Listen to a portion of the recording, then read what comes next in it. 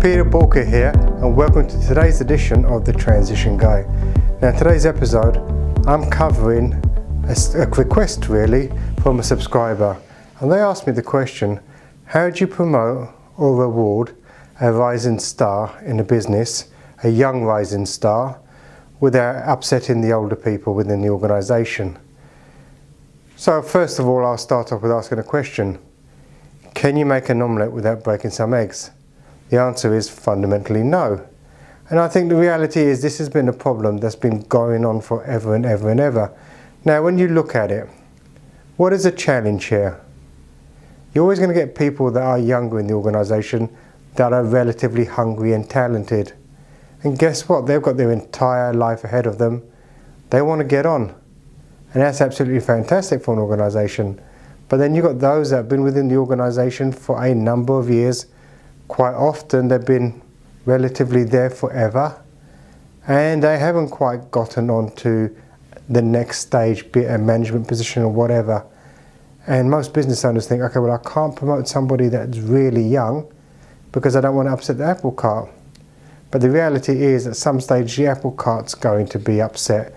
Now, I actually went through this when I was in McDonald's. So I remember starting at McDonald's and I was 16 years old, and I was really hungry. I remember my first job was actually sweeping out the trash room, and actually that brought tears to my eyes. It was such a horrible job.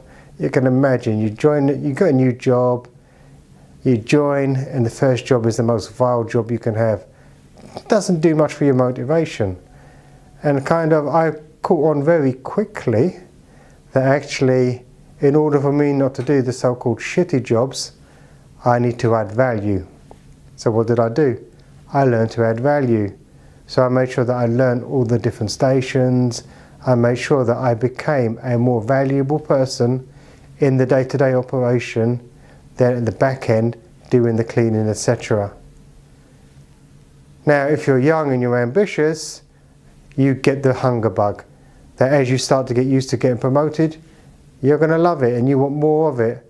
And I remember becoming a junior manager very early on.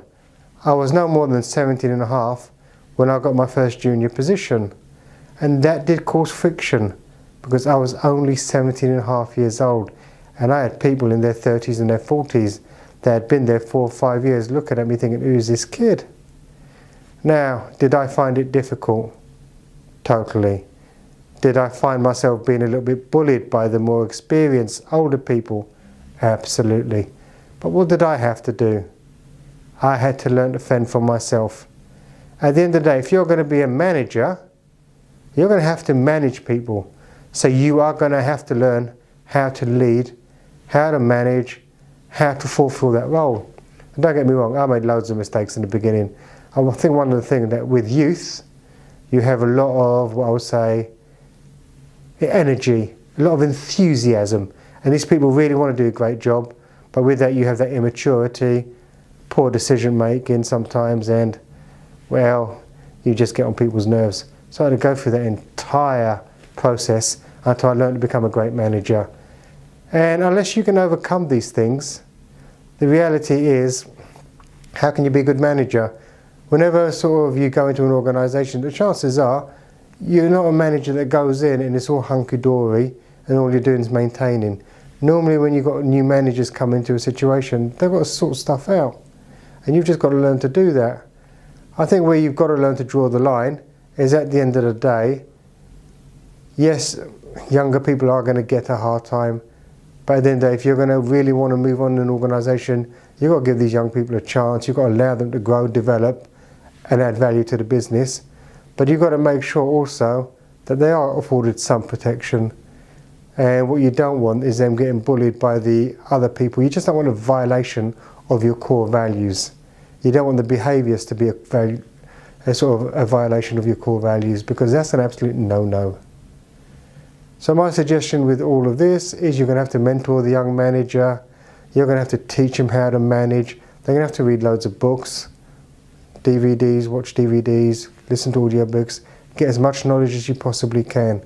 Because the reality is most SME businesses don't have any training system in place.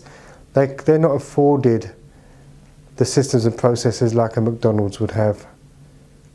but the baptism of fire will come.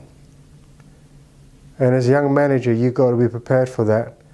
But then also, if you have these sort of more established staff bitching and moaning about how comes this young person has been rewarded, promoted into a position of responsibility, I'd always turn the question back on the person that's sort of questioning your decision and ask them, were you not given the same opportunity?